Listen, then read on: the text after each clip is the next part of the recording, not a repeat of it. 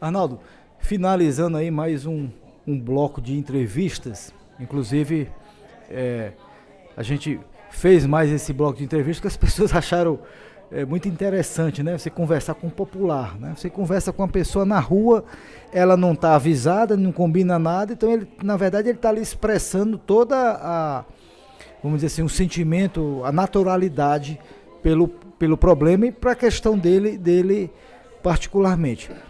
Nós fizemos 4 entrevistas e o que é que você assistiu, essas 4 entrevistas, você estava comigo, com todas elas, e o que é que você pode tirar de conclusão como você fez com as outras, né? Qual é o sentimento comum das 4 entrevistas? E veja que nós tivemos sorte de entrevistar pessoas também diferentes, né? Pessoas com características bem diferentes. Como você poderia... Bom, permanece. Os primeiros programas você fez com pessoas residentes em Fortaleza. Isso. E hoje nós estamos numa cidade do interior, distando aqui pouco mais de 150 quilômetros de Fortaleza. E a percepção pode ser diferente, né? Mas uma cidade, quer dizer, que vive da pesca, do artesanato, quer dizer, uma cidade com características que só não são, quer dizer, características rurais, porque é uma cidade litorânea. Litorânea. Mas você observa um ponto comum entre todos. Continuam sem entender, sem saber, desinformados sobre a importância da Previdência. Mas 2 das mulheres entrevistadas me chamaram a atenção. Né? 2 senhoras me chamaram a atenção. São senhoras já acima dos 70 anos de idade. Uma tinha 87 e a outra 75. Ambas aposentadas, já há mais de 20 anos, né? Recebem um salário mínimo, portanto, pressuponho que elas estão dentro do BPC. Nenhuma delas contribuiu em tempo algum da sua vida. A outra é aposentada rural, que ela disse, que é a partir de 60 anos, né? A outra que era o BPC. Nenhuma delas contribuiu em tempo algum, porque é uma característica da maioria do povo brasileiro, notadamente no norte e no nordeste do Brasil.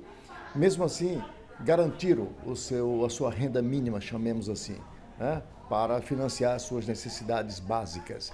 A proposta hoje colocada pelo presidente Bolsonaro, já não daria a essas pessoas a condição de se aposentarem como se aposentaram. Né? Já estariam fora. Né? Já estariam fora. Então você já nota aí uma diferença. E talvez isso seja o que faz com que elas tenham revelado um sentimento contrário a essa reforma. Pois agora é isso que eu ia lhe perguntar.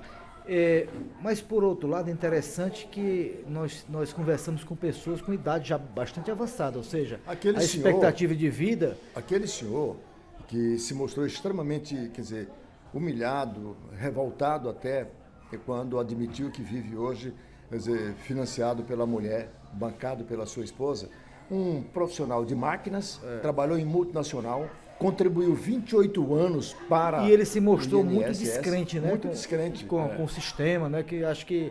Tu vê que ele, se ele tivesse a opção de não ter contribuído, ele teria ficado com a contribuição e ter feito um pé de meia dele, uma poupança dele. Tem investido por conta própria, tem empreendido, né? Isso ficou bem claro.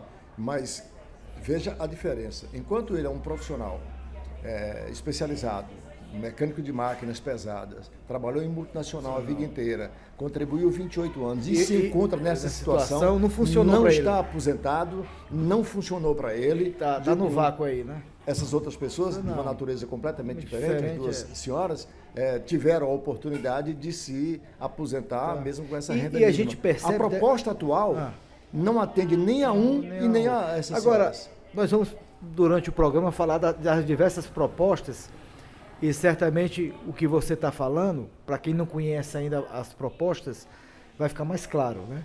Mas um ponto que me chamou a atenção das 2 senhoras principalmente é a necessidade desse recurso. Esse recurso ele é essencial, inclusive, para a própria vida dessas pessoas. Para a subsistência dessas pessoas. Né? Você mexer um centavo com o recurso dessa senhora... Muda completamente a vida dessas pessoas. E veja você quão importante é a garantia de uma renda mínima para pessoas com essas características, que são milhões de brasileiros. É na vida, é na idade que elas estão que mais se precisa de remédio. Toma-se remédio de uso contínuo, porque é normal, você tem problema de pressão, você tem problema de diabetes, você tem uma série de coisas.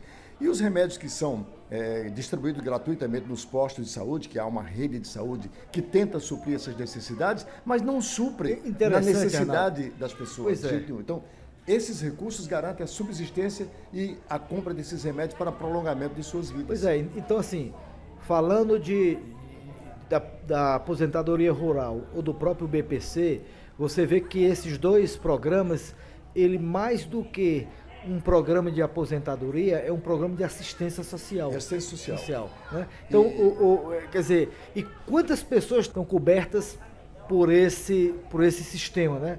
Você mexer aí um pouco, isso pode gerar um desequilíbrio muito grande no orçamento deles, né? Você vai, quer dizer, encurtar a longevidade que essas pessoas poderiam ter. Exato. Né?